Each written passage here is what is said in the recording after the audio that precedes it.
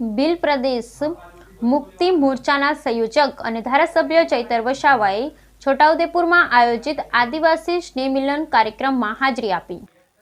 આદિવાસી સમાજના હજારો લોકોએ લોકનેતા અને ધારાસભ્ય ચૈતર વસાવાને ખભે બેસાડી તેમનું સ્વાગત કર્યું। અમે ભીલ પ્રદેશ બનાવી રહીશું અને કેવડિયાને રાજધાની બનાવીશું। ચૈતર વસાવા સરકાર અમારો વિકાસ કરવા ન જ માંગતી માટે અમારે ભીલ પ્રદેશને બનાવવાની ફરજ પડી છે। ચૈતર વસાવા, જો ભીલ પ્રદેશ બનશે તો અમે જાતે આદિવાસી લોકો અને આદિવાસી વિસ્તારનો વિકાસ કરી દઈશું। ચૈતર વસાવા, આઝાદીના 78 વર્ષ બાદ પણ આદિવાસી વિસ્તારમાં શિક્ષકો, ડોક્ટરો, રોડ રસ્તા, હોસ્પિટલ, શાળાઓ નથી, પીવાનું પાણી નથી, સિંચાઈની પાણીની પણ પૂરતી વ્યવસ્થા નથી। ચૈતર વસાવા। Bureau report, Rehan Patel, Chhota Udepur.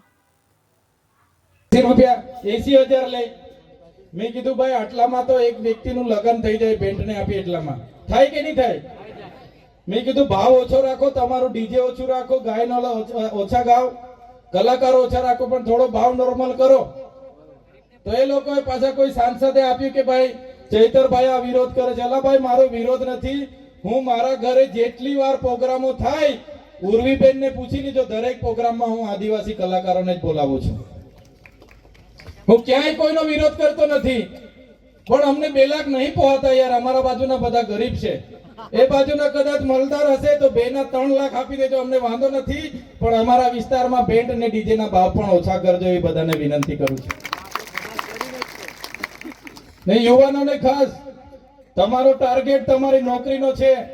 11 વાગેથી નાચો, જથર વથર। હમણાં તો મારી બહેનો પણ આ ખભા પર ચડીને નાચે છે બરાબર।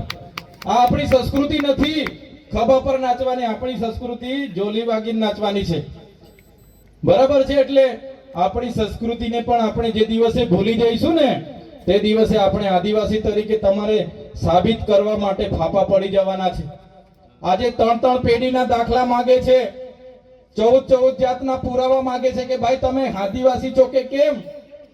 મારી વાત ખોટી છે કે સાચી છે? આજે જાતિનો દાખલો કઢાવવા જાજો। આપણા બાપ દાદાઓ અહીંયા મરીને જતા રહ્યા, દેવ બની ગયા, પણ આજે પણ આપણે આદિવાસી તરીકે સાબિતી માંગે છે। 14 જાતના પુરાવા માંગે છે, 3 પેઢીના પુરાવા માંગે છે કે તમે આદિવાસી છો કે કેમ। આવનારા દિવસો એ દૂર નથી કે આપણી લગ્ન વિધિ, પૂજા વિધિ, આપણી મરણ વિધિ, જન્મ વિધિ બધી સાબિતી કરવી પડશે। એટલા માટે જ હું તમને વિનંતી કરું છું કે આપણી સંસ્કૃતિ પણ જાળવો, આપણી પરંપરા, આપણી રૂઢી પ્રથા, આપણી પૂજા વિધિ। આપણે સૂર્યને પૂજતા હતા, ચાંદને પૂજતા હતા, આપણે વાયુ, નદી, નાળા, પહાડ, ઝાડ, વાઘ બધાને પૂજતા હતા, એને પણ આપણે ભૂલવાનું નથી। ત્યારે જ આપણી પ્રકૃતિ સાથેનો નાતો આપણો અજડ રહેશે। તો મિત્રો, વધારે વિશેષ નથી કહેતા। આજે તો સ્નેહ મિલનનો કાર્યક્રમ હતો, છતાંય મારા મિત્ર જગદીશભાઈ હોય, નિરંજનભાઈ હોય, ડોક્ટર જયરામભાઈ હોય, તમામ મિત્રોને મળીને આજે આનંદ થાય છે।